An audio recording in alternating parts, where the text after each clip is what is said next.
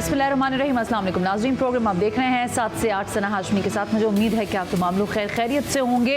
बाज़-औक़ात मैं अगर अपनी बात करूं तो हम कोशिश ये करते हैं कि मौज़ूआत ऐसे हों जिस पर आवाम ज़्यादा से ज़्यादा ऐसे मौज़ूआत को देखना चाहती हो या उसकी बात सुनना चाहती हो।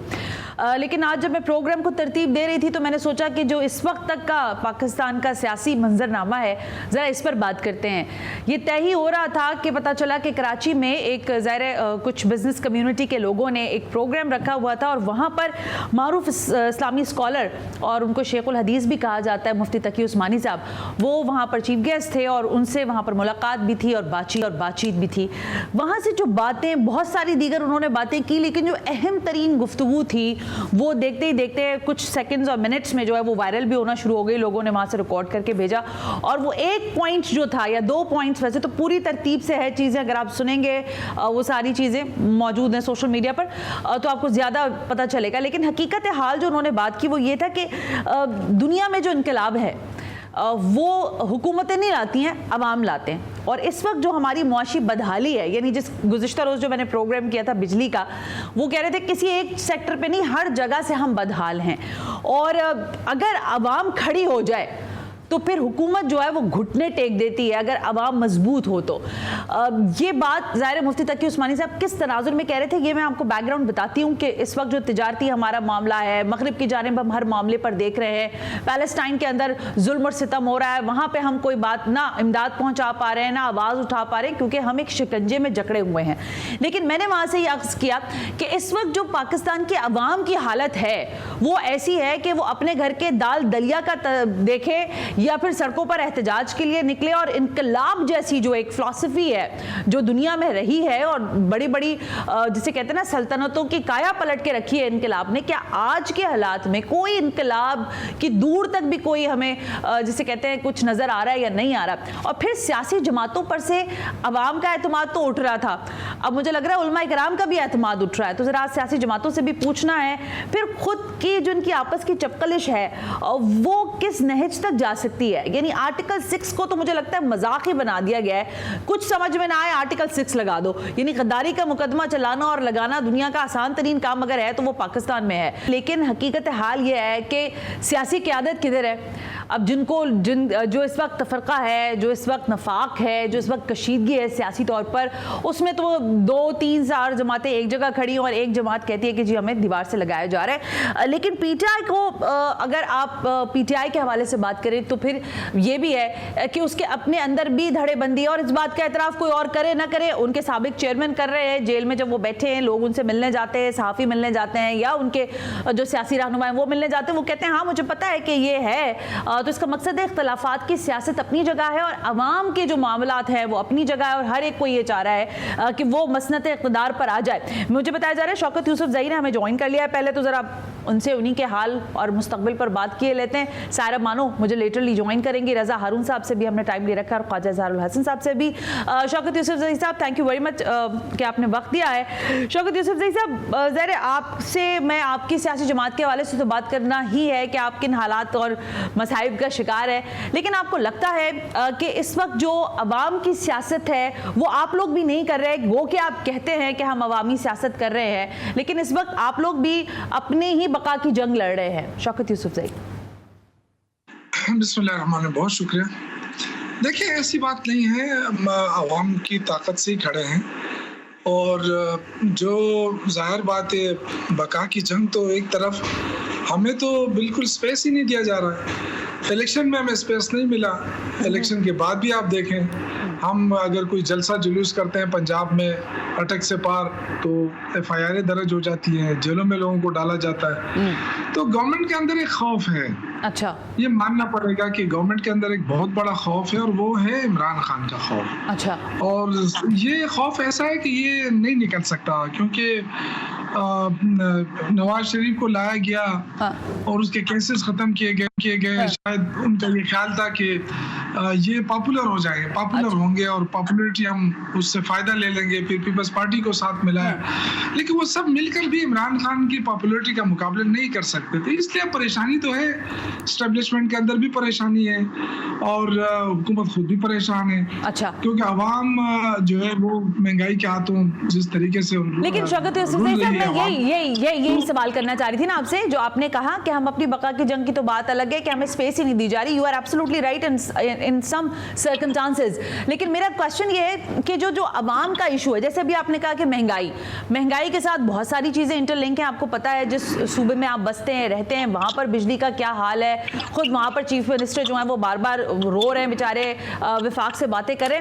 लेकिन लोगों का कंसर्न ये है कि सियासी जमातें जो हैं, आप अपने साबिक चेयरमैन को बचाने की जंग लड़ रहे हैं, बजाय इसके कि आप अवाम के मामलात पर जंग लड़ें, अवाम के लिए हुकूमत को प्रेशराइज करें, पार्लियामान में उस पर बात हो। आप सिर्फ इस वक्त कैदी नंबर 804 को बाहर निकालने की जद्दोजहद कर रहे हैं, अवाम के लिए आप भी कोई काम नहीं कर रहे। That's the claim. नहीं, देखिए हम असेंबली के अंदर भी आवाज उठा रहे हैं। हमारी असेंबली में जितनी स्ट्रेंथ है उसमें आप हमारे लोगों की स्पीचेस सुने, इमरान खान की बात भी हो रही है क्योंकि वो लीडर है और पाकिस्तान के सबसे पॉपुलर लोग हैं और अवाम की वो है, मतलब अवाम चाहती है कि इमरान खान बाहर आए। अच्छा, हमसे पूछते हैं, हम पे प्रेशर डाला जा रहा है। जिस अंदाज से लोगों ने हमें वोट दिया, यानी बल्ला भी नहीं और निशान तक नहीं, कुछ भी नहीं, फिर भी लोगों ने वोट दिया।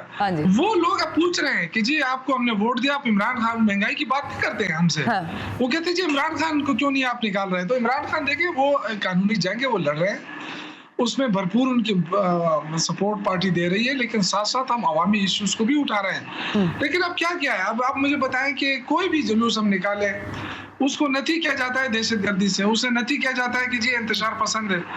वो सारी चीजें भूल गए हैं जो हमारे हुकूमत के खिलाफ ये धरने देते थे और हमारी हुकूमत के खिलाफ ये ट्रेन मार्च करते थे। आज हम छोटा सा जलसा भी करें ना तो इनको भारी पड़ता है कि जी बस दहशतगर्दी का खतरा है। मैं आपसे पूछूं, अभी ये 2 रोज पहले मेरा ख्याल है, if I am not mistaken, Islamabad में आप लोगों ने एक मार्च किया छोटा सा पार्लियामेंट के बाहर ही। वहां पर भी मालूमात के मुताबिक वो चला नहीं सकते, ज़ाहिर रियासत मुखालिफ जो है नारे लग गए और फिर उस पर भी बड़ी बात हो गई। तो ये वो जो एलिमेंट है, यानी वो एलिमेंट जिस पर खुद खान साहब आपको ये कह रहे हैं कि हाँ मेरी पार्टी में डिविजन है, डिवाइड है, कुछ लोग कुछ बात कर रहे हैं, कुछ लोग कुछ बात कर रहे हैं। तो जब आप लोग एक तहरीक शुरू करते हैं या किसी किस्म का डेमोन्स्ट्रेशन करने जा रहे होते हैं तो कोई 1 पेज एजेंडा नहीं होता आपका, क्योंकि रियासत मुखालिफ नारे अगर आपके जलसे जुलूस बैठकों में लगेंगे तो फिर ये मसाइल तो आपके लिए और बढ़ते जाएंगे। सर नहीं, देखिए जो लोग सियासत के अंदर हैं ना, जाहिर है उनके खिलाफ ही नाराबाजी हो सकती है। जो लोग सियासत के अंदर नहीं है उनके खिलाफ कैसे हो सकती है, फिर रियासत के खिलाफ कैसे हो सकती है? रियासत तो हमारी रियासत है। ये अगर हमें कोई ये कहे कि जी आप फौज मुखालिफ है, सवाल ही नहीं पैदा होता है। फौज हमारी फौज है, हम तो पहले से इमरान खान शुरू दिन से कहता रहा है और इसीलिए वो बार बार डिमांड करते रहे कि अगर किसी ने कोई गलत काम किया तो इंक्वायरी करके उनको सजाएं दें। पूरी पार्टी को क्यों सजा मिल रही है? तो ये तो हम देखें, आप अल्हम्दुलिल्लाह पूरी पार्टी मुहिब वतन है, इसमें कोई ना गद्दार है ना कोई वो है, ऐसी कोई बात भी नहीं है। हम सारे मुहिब वतन लोग हैं और हम चाहते हैं कि पाकिस्तान तरक्की करे, हम चाहते हैं कि पाकिस्तान मुस्तहकम हो, मजबूत हो। लेकिन अगर पॉलिटिकली जो अगर मुल्क में इस्तेकाम नहीं होगा, सियासी इस्तेकाम, तो फिर हम उस तरफ कैसे बढ़ेंगे? मुझे समझ नहीं आ रही है। वरना आप मुझे बताएं कि आज पूरे एस्टेब्लिशमेंट के सपोर्ट हासिल है नवाज शरीफ को, पीपल्स पार्टी भी उनके साथ मिली हुई है, इसके बावजूद वो क्या कह रहे हैं? वो कह रहे हैं कि जी पीटीआई हमारा साथ दे वरना मुल्क की मईशत बेहतर नहीं हो सकती। तो आप इससे अंदाजा करें ना कि पॉलिटिकल इंस्टेबिलिटी है इस मुल्क के अंदर। तो देखिए शौकत यूसुफ ज़ई साहब, आप लोगों की पॉलिटिकल जो भी आपके मसाइल हैं या एक दूसरे के साथ गिले शिकवे हैं वो अपनी जगह है, लेकिन ये बात तो आप भी एडमिट करेंगे ना कि ऑपोजिशन की हैसियत से सही, लेकिन आपको पाकिस्तान की मईशत के लिए बहरहाल हुकूमत का साथ देना चाहिए। अगर वो कोई चार्टर पे बात कर रहे हैं, वो कोई बड़े आपको एजेंडाज में अपने साथ ऑन बोर्ड लेना चाहते हैं। जी देखिए, मेरे ख्याल से इनकी पांचवी बारी है, बस पार्टी की भी और नून लीग की भी। अच्छा, इन 5 बारियों में आप मुझे बताएं कि आप तो पीटीआई तो अब आई है ना, इससे पहले जो 4 बारियां इन्होंने ली है तो पीटीआई तो नहीं थे। तो इनकी कौन सी पॉलिसी कामयाब हुई है जिससे हमारी मैशत। लेकिन आपको शौकत यूसुफ जैसा मुझे ब्रेक का कहा जा रहा है, लेकिन उससे पहले आपसे ये पूछना चाह रही हूँ कि इस वक्त जब आप खड़े हुए आप मुझसे जो बात कर रहे हैं, जो आर्ग्यूमेंट दे रहे हैं, मैं वो सर आंखों पर है, ठीक है, बिल्कुल ठीक बात कह रहे हैं आप, लेकिन ये फरमा दें कि आपको लगता है कहीं दूर भी और कहीं करीब भी कैदी नंबर 804 के बाहर आने के कोई भी इम्कानात मौजूद हैं? क्यों नहीं है, अल्हम्दुलिल्लाह हम अल्लाह से उम्मीद तो रखते हैं। और क्यों नहीं है, मतलब उसने कोई क्या जुर्म क्या किया, आप मुझे बता सकते हैं उसका क्या जुर्म? मैं क्या बताऊंगी सर, मैं तो क्या बताऊंगी, ये तो नविश्ता दीवार है। 9 मई की प्लानिंग से लेकर एक में बरी होते हैं तो पता चलता है दूसरे में पकड़े गए, दूसरे में जाते हैं तो पता चलता है फिर 9 मई में धर लिए गए। देखिए मेरी बात सुने, जितने मुकदमे उन पे दर्ज हुए हैं, बड़े बड़े मुकदमे, वो सारे एक एक करके खारिज हो रहे हैं। और वो जो इनकी ख्वाहिश है कि जी इनको अंदर रखा जाए, वो ख्वाहिश पूरी नहीं होगी। देखिए शरीफ फैमिली जो है वो उनकी सियासत तो ख़त्म हो गई, अब साथ पीपल्स पार्टी की सियासत भी ख़त्म हो रही है अल्हम्दुलिल्लाह, जिस अंदाज से ये हुकूमत चल रही है। लेकिन इन सब की सियासत खत्म होने से, इन सब की सियासत खत्म होने से आपकी सियासत शुरू नहीं हो रही ना, ये भी तो एक सवाल है। क्या मेरी बात सुने, हमारी सियासत अवामी सियासत है। इमरान खान इस मुल्क के लिए कुर्बानी दे रहे हैं। वो देखिए कुर्बानी देने का ये मकसद नहीं होता है कि आप उनको लाके आप कहें कि जी इसको मैंने बादशाह नहीं बनाया इसलिए वो कामयाब नहीं हुए। देखिए एक बहुत बड़ी तहरीक है। आप मुझे बताएं, विजन तो है ना इमरान खान के पास। अब ये जो बाकी लोग आए हैं इनके पास क्या विजन है? मैं जिरा नहीं करना चाह रही सर, अगर विजन होता तो ये महंगी बिजली, IMF के कर्जे और सो ऑन एंड ऑन के इशू आप लोगों की हुकूमत नहीं छोड़ के जाती ना सर। मतलब पंजाब में करप्शन के बाजार, उस्मान बुज़दार जैसा चीफ मिनिस्टर, KPK के अंदर नाअहली का एक रिकॉर्ड। मैं आपको दुरुस्त करता हूँ ना, देखें सुन लेना, सुन हमारे दौर में जो है GDP ग्रोथ क्या थी ये आपको पता होना चाहिए, 6.2 था। आज GDP रेट जो है ना 3 पॉइंट समथिंग है, 2 पॉइंट समथिंग है। तो ये जो कमी पेशी है, इमरान खान ने कहा था कि मुझे हटाओ और ये चीज, ये तो आए इसलिए थे सारे मिलके कि हम इससे भी बेहतर करेंगे। Well, what do you think? Shaukat Yusuf जैसा आपको लगता क्या है कि अगर आपकी पार्टी पर गो के बाद सारी पॉलिटिकल पार्टी क्वेश्चन करना नहीं होता है ना, देखिए सिर्फ क्वेश्चन करना नहीं होता है, जवाब भी ले लें। जी बताइए। ये जो आपने महंगी बिजली की बात की, महंगी बिजली के IPPs के मायदे हमने किया कि मैं सर शौकत यूसुफ जैसा आप मुझे पता था कि IPPs में बात करनी है तो मैं आपके दौर के मुआहदे लेके बैठती जो आपने किए हैं उस दौर में, उनको इंडोर्स किया कि हाँ ठीक है अगर ये IPPs लगे तो लगे रहने दो ना, मजीद चलाना है अभी हमने इनको। आपने उसमें कोई अमेंडमेंट करने की बात नहीं की।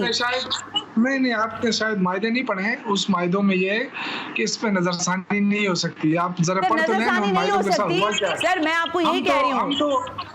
तो वो हमने तो मायदे नहीं किए ना, जिन्होंने किया उनसे पूछा ना कि आपकी जो है ना, आप बिजली कितनी बनाते हैं, आपके पास कैपेसिटी नहीं है, आप बिजली को रख सकते, लेकिन आपको कैपेसिटी चार्जेस देना ही पड़ रही है उनको। तो पाकिस्तान को तो इन्होंने डबोया सिर्फ अपनी कमीशन के खातिर। इनका अगर मुल्क का सोचते तो ये कभी भी IPPs के साथ मायदे ना करते। अच्छा, लेकिन मुझे वक्त थोड़ा कम है आपके साथ। शौकत यूसुफ जैसा साहब, आपको लगता है कि आर्टिकल 6 भी लगेगा, PTI पर पाबंदी भी लगेगी और आपकी पॉपुलैरिटी बढ़ेगी, लेकिन इस सब के बाद आपकी सियासत में कोई जगह नहीं बनेगी, पॉपुलैरिटी बढ़ेगी? ये मुल्क है, हम सब हैं, आप हैं।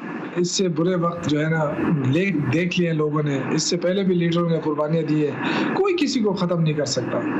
भुट्टो साहब को जब फांसी हुई तो उसके बाद ये शायद था कि पीपल्स पार्टी खत्म हो जाएगी।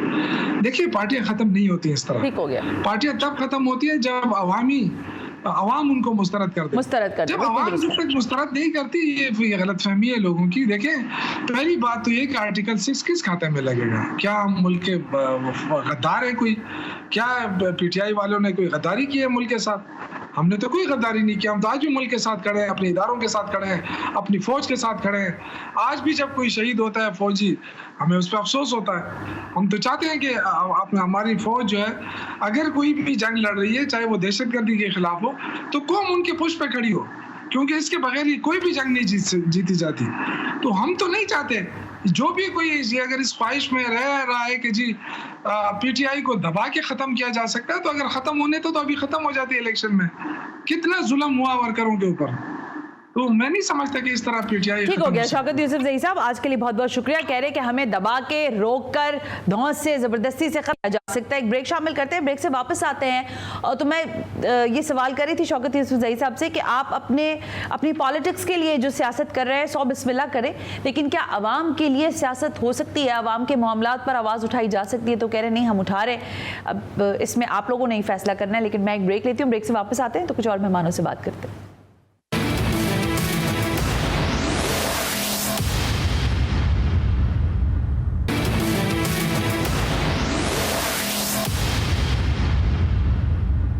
वेलकम बैक नाज़रीन, हम ब्रेक पर थे और अब मुझे ज्वाइन करने जा रहे हैं दो ऐसी शख्सियात जो कभी एक ही जगह होते थे लेकिन अब जाहिर है राहें जुदा जुदा हैं, लेकिन ये दोनों जो हैं ये आवाम की पल्स को बहरहाल बहुत अच्छी तरह रीड करते हैं। मेरे साथ मौजूद हैं वाया स्काइप रज़ा हारून, रहनुमा है पाकिस्तान पीपल्स पार्टी के, और टेलीफोन लाइन पर मुझे ज्वाइन करने जा रहे हैं MNA MQM Pakistan Khwaja Izharul Hasan sahab. Thank you very much to both of you, बहुत बहुत शुक्रिया।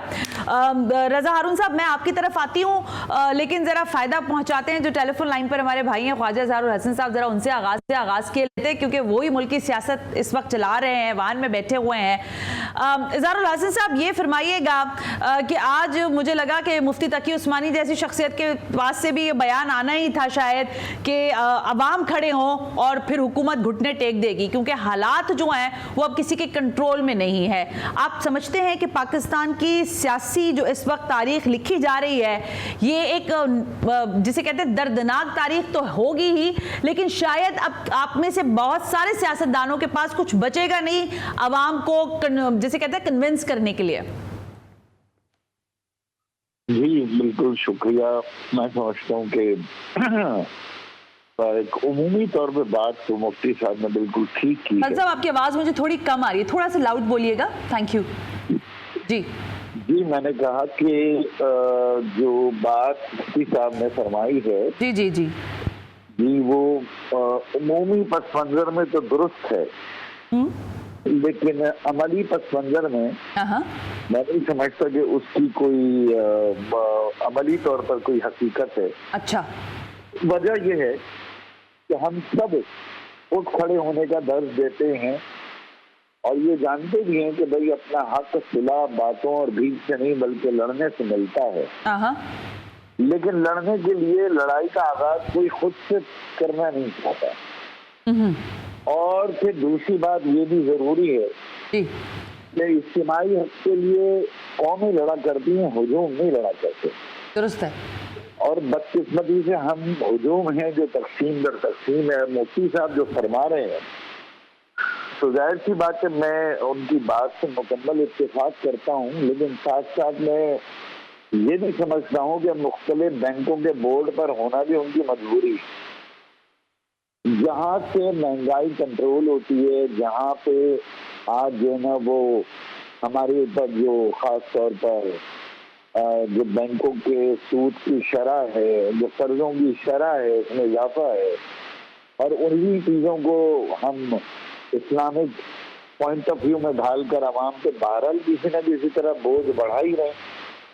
फिर पाकिस्तान के अंदर देखिए, मैंने कौमी असेंबली में भी ये बात कही थी कि ये बजट शहबाज शरीफ साहब जब खुद कहते हैं कि IMF का डिक्टेट शुदा है, जी तो IMF ये नहीं कहती आपको कि आपने बिजली के बिल बढ़ाकर हमें कर्जा देना है, पेट्रोल की लेवी बढ़ा के कर्जा देना है। IMF ये कहती है कि आप अपने मुल्क में वहाँ टैक्स लगाएं जहाँ पर टैक्स की छूट है। दुरुस्त है। मेरे पास इनके कई स्टेटमेंट हैं और IMF ने ये भी कहा कि गरीबों पे बोझ डालने के कतई खिलाफ है, लेकिन जब आप उन्हें ये कह दें कि भाई वडेरों जागीरदारों को हम टैक्स की छूट देंगे, सरमायादारों को हम एक्सपोर्ट की छूट देंगे, हम स्मगलिंग के ऊपर कुछ नहीं कर सकते, हम इसके अलावा जो पैरेलल मनी हमारे पास है जिसमें मुख्तलिफ हैं, बॉन्ड्स है, हुंडी है, उन पे हम कंट्रोल नहीं कर सकते, लैंड के अंदर हम रिफॉर्म नहीं कर सकते, तो वो जाहिर सी बात है वो आपके अंदरूनी मामला में दखल तो नहीं देंगे। वो कहेंगे ठीक है भाई जो पैसे लिए वो दो। लेकिन ख्वाजा इजहारुल हसन साहब, मैं आपके नुक्ते को लेकर मैं रज़ा हारून की तरफ बढ़ूं और आपके पास आती हूँ, जरा लाइन पे रहेगा मेरे साथ। रज़ा हारून साहब, जब हम डिक्टेशन पे ही चल रहे हैं, आप लोग पॉलिटिकल पार्टीज हैं, आपकी पार्टी खुद इस वक्त नून लीग का हाथ मजबूत कर रही है, ख्वाजा इजहारुल हसन साहब की पार्टी भी कर रही है।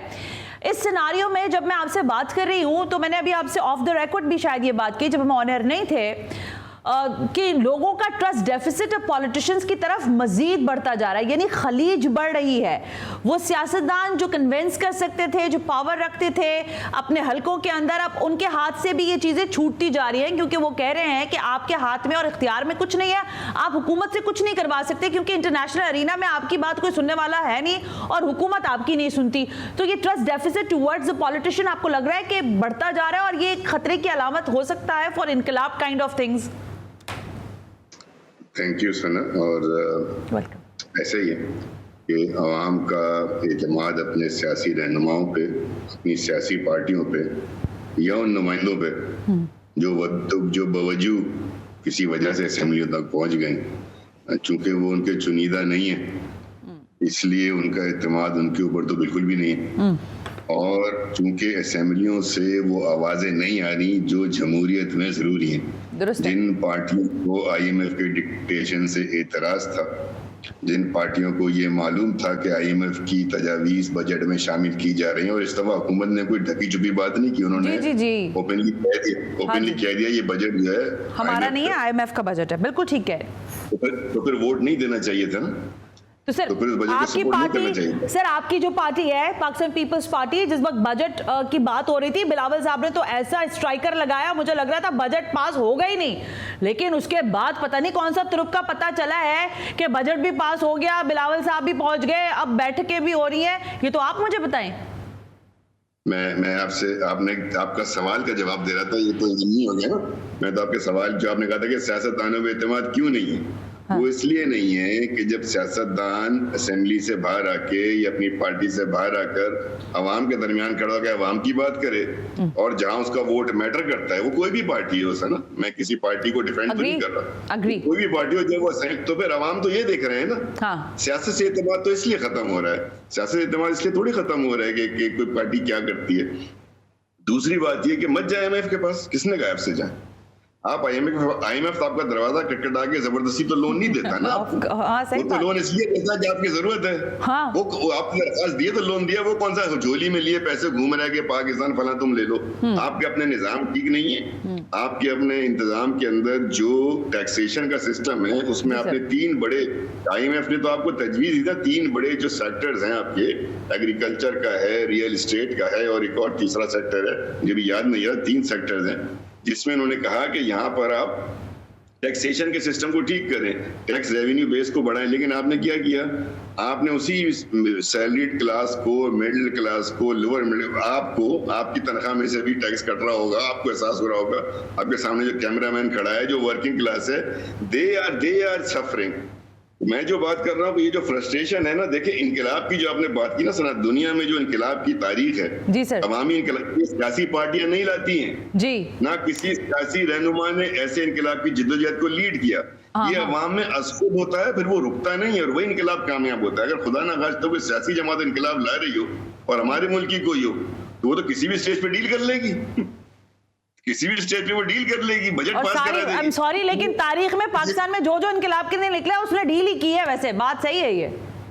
अच्छा, दूसरी बात है कि जो आज मौलाना तकी उस्मानी साहब बड़े एहतराम है उनका, हाँ। ये एक जगह बैठ तो जाए पहले सारे, लेकिन आवाम तो जब उधर भी देखती है तो जो दीन के हवाले से मामलात हो रहे हैं, मेरे बड़े मोहतरम हैं, मेरे के दोनों भाई रफ़ी उस्मानी साहब से ताकि मेरा बड़ा ताजीम का और इज्जत का रिश्ता है, लेकिन जो मुल्क में जो फसादात जो इनके सब्जेक्ट के हो रहे हैं, जो इनका सब्जेक्ट है उस पर क्यों नहीं बोलते?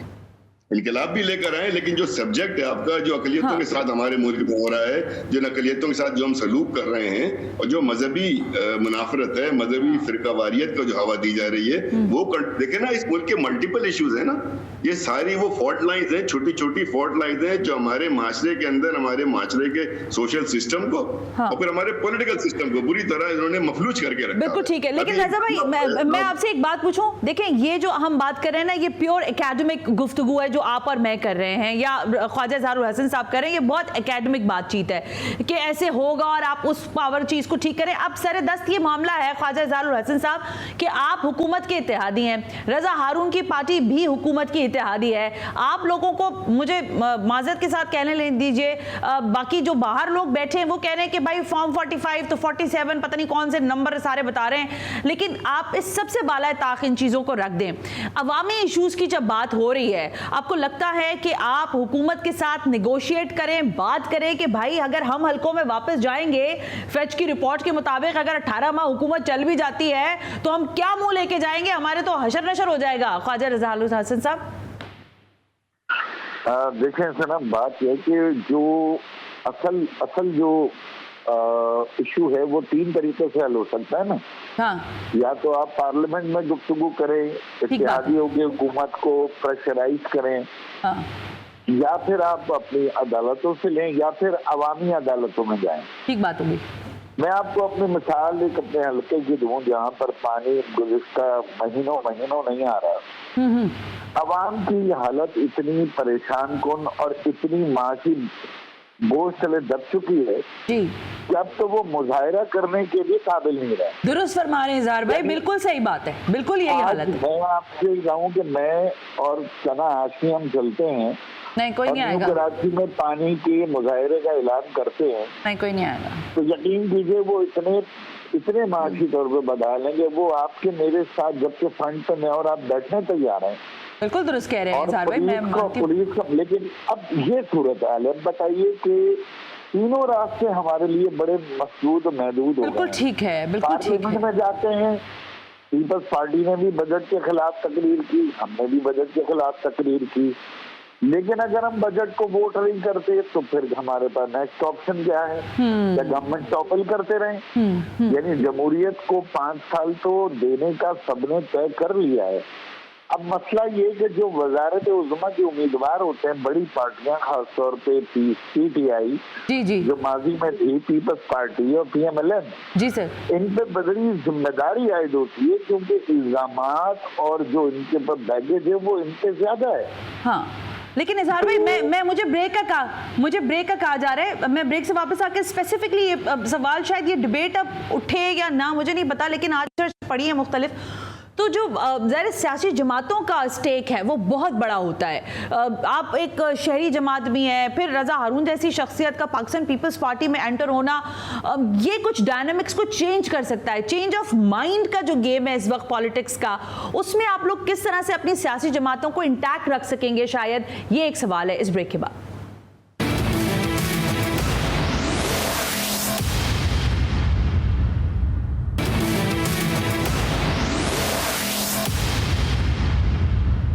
वेलकम बैक नाज़रीन, हम ब्रेक पर थे। रजा हारून, ख्वाजा इजहारुल हसन साहब मेरे साथ मौजूद हैं। मैं ज़रा रजा हारून साहब आपसे बात को आगे बढ़ाती हूँ। अभी आपने 3 कहा कि IMF ने 3 लोगों को कहा या 3 सेक्टर्स को कहा कि इनके ऊपर आपने जो है टैक्सेशन करनी है, लेकिन हमने वहाँ पर कोई ख़ास काम नहीं किया। उसमें एग्रीकल्चर भी है, रियल स्टेट भी है, फिर मिडिल मैन और बिजनेस क्लास जो थी, जो बिजनेस करते हैं, ताजिर बिरादरी जो है बिलखुसूस उनका नाम था।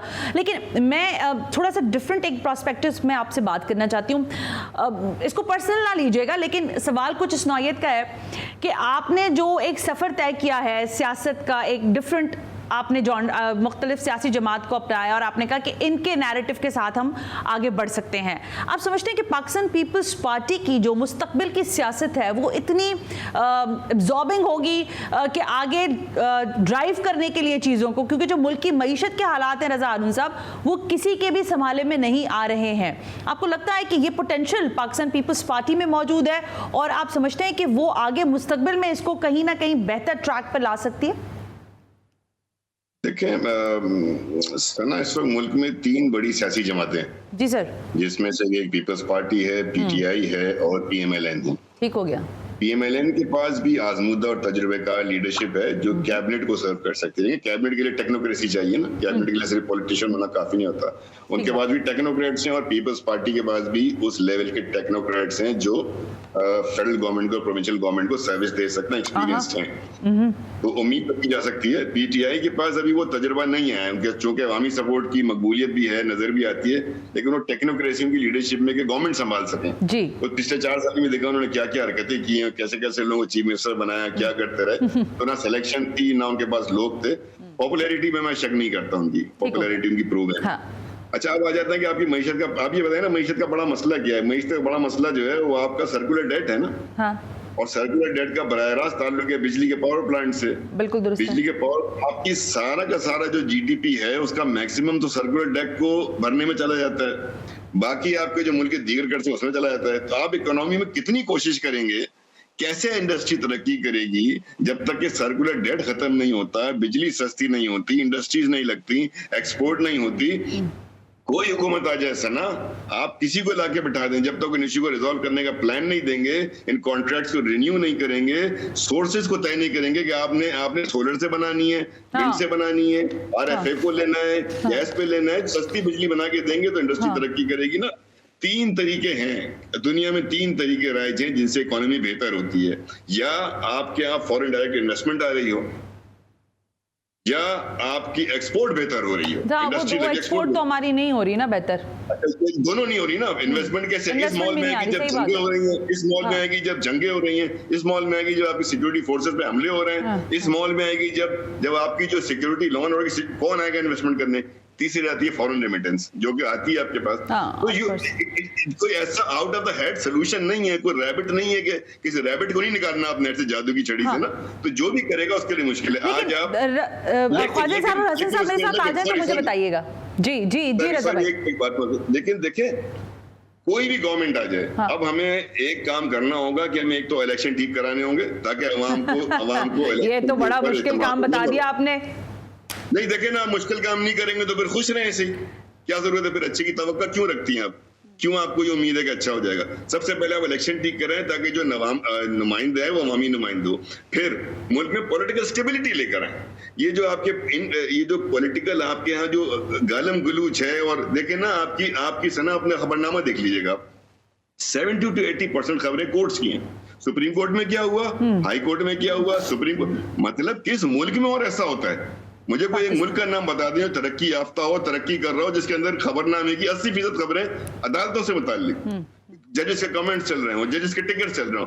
तो आप क्या लोगों को बता रहे हैं? आप क्या तालीम का रेशो देख लें, सेहत का मामला देख लें। लेकिन रजा हारून साहब, मैं एक सवाल शायद तकरार से करना चाहती हूँ। क्या पोटेंशियल जो है इस वक्त पॉलिटिकल पार्टीज, मान लिया मैंने कि 3 बड़ी पार्टीज है, बाकी जाहिर है उनके साथ कुल मिला के किसी भी तरह एडजस्टमेंट हो जाती है। छोटी पार्टी अलायंस करेंगी, रीजनल पार्टी अलायंस करेंगी, ठीक है। हाँ, लेकिन मुझे ये बता देना कि आपको लगता है कि वो जो टेक्नोक्रेट्स हैं या वो जो माइंड है जो इकोनॉमी को कुछ बेहतर कर सकते हैं, हालात बेहतर कर सकते हैं, वो अब ऑन वन टेबल बैठ भी रहे या नहीं बैठ रहे? अभी भी उनके वेस्टेड इंटरेस्ट कुछ और ही है। Because Pakistan Peoples Party if given this some kind of कहते कोई थॉट दे सकती है अगर पीएमएलएन को, तो why they are not taking up? मतलब क्यों नहीं कर रहे?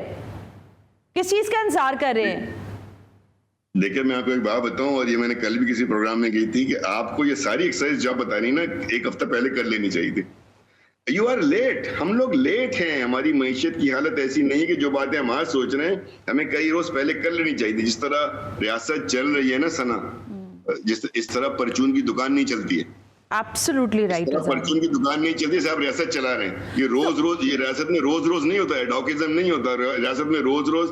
रियासत तो लॉन्ग टर्म पॉलिसीज पे चलती है, मईशत पॉलिसी भी चलती है। और आपको एक बात और याद रखनी होगी कि देखें, political stability is the must, is the essential criterion for economic stability and prosperity. लेकिन रजा भाई मेरी बात सुने ना, देखिए आपको और मुझे ग्राउंड रियलिटी पता है क्योंकि हम मुल्क में रहते हैं, ठीक है, हमें पता है कि डे टू डे अफेयर्स क्या हो रहे हैं। लेकिन जो इंटरनेशनल अरीना है वहां से जो खबरें आती हैं, और मैं ऐसे कि जो रिपोर्ट्स आती हैं, उन रिपोर्ट्स में जिस किस्म की बातें कही जाती हैं कि 18 महीने के लिए हुकूमत रह गई है और अब ये जाएंगे और फिर वो आएंगे और वो आएंगे तो उसके बाद फिर वो आएंगे। I mean these kind of things, आप क्या समझते हैं कि ये टेस्टिंग थिंग्स होती हैं या कोई स्ट्रैटेजी प्लानिंग होती है, या थिंक टैंक्स ही इस तरफ इस रूट पे लेके चलना चाहते हैं?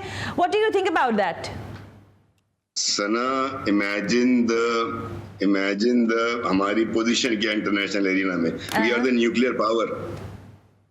हम इस वक्त दुनिया की पॉपुलेशन के साथ दुनिया के बड़े ममालिक में हैं, और हमारे लिए कमेंट क्या आता है जो आप बता रहे हैं कि फला हुकूमत अभी रहेगी कि नहीं रहेगी। जब इतना बड़ा इदारा आपके लिए ये बात कर रहा हो तो कौन आएगा इन्वेस्टमेंट करने आपके पास, कौन आपके पास पैसे लगाएगा? फिर आप IMF के पास ही रह जाएंगे ना, जब आपकी सरहदों की हाल होगी। अभी देखे ना बनू में क्या हो रहा है, मुल्क की डिस्टेबलेशन हो रही है ना, वहाँ इंटरनल फोर्सेज है ना कुछ जो मिली हुई है। सारा थ्रेट बाहर का तो नहीं है, कुछ अपने लोग भी मिले हैं इस तरीके से, और बाकी चीजें जो हो रही हैं। तो ये तमाम चीजें वो इंडिकेटर्स नहीं है economic. I am not talking about political leadership तो आगे बैठ जाएगी, लेकिन अगर उस पॉलिटिकल लीडरशिप को वो इकोनॉमिक इंडिकेटर्स पूरे नहीं करेगी तो आने वाली लीडरशिप भी फेल हो जाएगी। अच्छा रज़ा भाई, लेकिन मैं एक पॉसिबल पॉस्चर में बात पूछूं अगर आपसे, कुछ चीजों का ट्राइका है, जो इदारे हैं, ज़ाहिर एस्टेब्लिशमेंट का अपना एक रोल है और हम सब मानते हैं कि उनका रोल है। फिर अदलिया का भी आपने खुद तस्करा किया कि 90% खबरें हमारे पास अदलिया की होती है, हाई कोर्ट से, सिटी कोर्ट से लेकर सुप्रीम कोर्ट तक की खबरें होती है। तो इन अदर वे आप समझते हैं कि कोई ट्राइका काम कर सकता है मुल्क के लिए इस माहौल में, जबकि एक जाने बिजनेस कम्युनिटी भी रिलक्टेंट है पैसा लगाने में, फॉरेन इन्वेस्टमेंट नहीं आ रहा है और आपको पता है कि हालात मईशत के ठीक नहीं है, तो यू सजेस्ट समथिंग कि कुछ बेहतर हो सकता है? जरदारी जैसे लीडर आपके लीडर बन गए हैं, तो वहां पे उनके साथ कुछ बातचीत हो सकती है। I mean what you have the any kind of suggestion in your mind? जो मैं समझता हूँ जो जरदारी साहब ने जॉइंट पार्लियामेंट सेशन में तजवीज रखी थी जी कि everybody has to sit together, और उसमें कम से कम 6 बड़े नाम ऐसे हैं जो मैं लूंगा नहीं आपकी उससे, लेकिन आप समझ जाए कौन 6 बड़े हैं हमारे।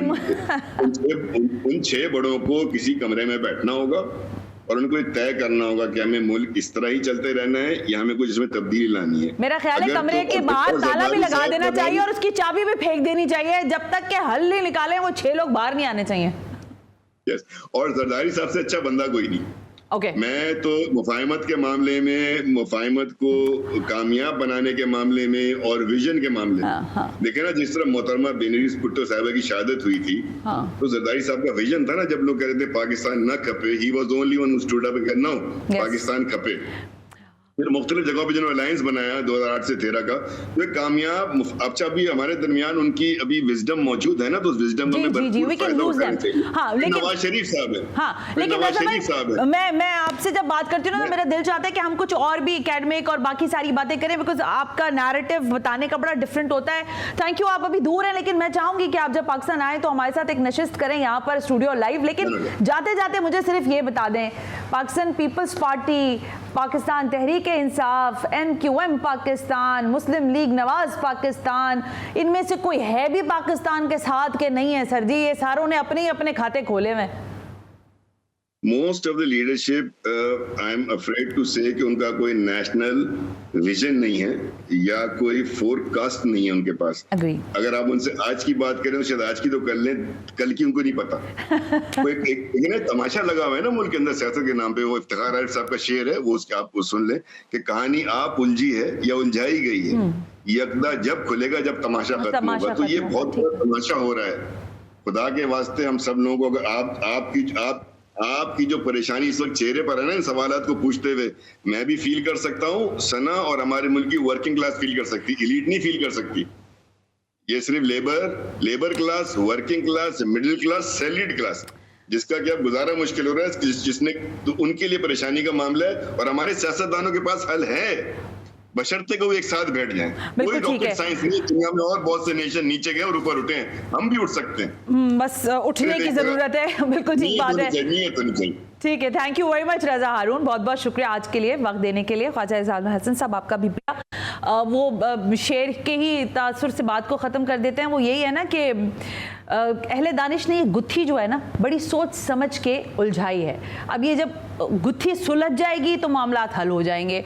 हम एक शिकंजे में जकड़ते ही जा रहे हैं और अगर ये हालात नहीं बदले तो इनकलाब वगैरह का तो मुझे नहीं पता, लेकिन यहाँ पर जो लोगों का फ्रस्ट्रेशन है वो बढ़ता जा रहा है और इस फ्रस्ट्रेशन का एंड रिजल्ट क्या होगा, ये सारी पॉलिटिकल पार्टीज को, सारे पावर कॉरिडोर्स को सोचना होगा कि वो आवाम के लिए आखिर कर क्या रहे हैं। आज के प्रोग्राम से सना हाशमी को इजाजत दीजिए। अल्लाह हाफिज।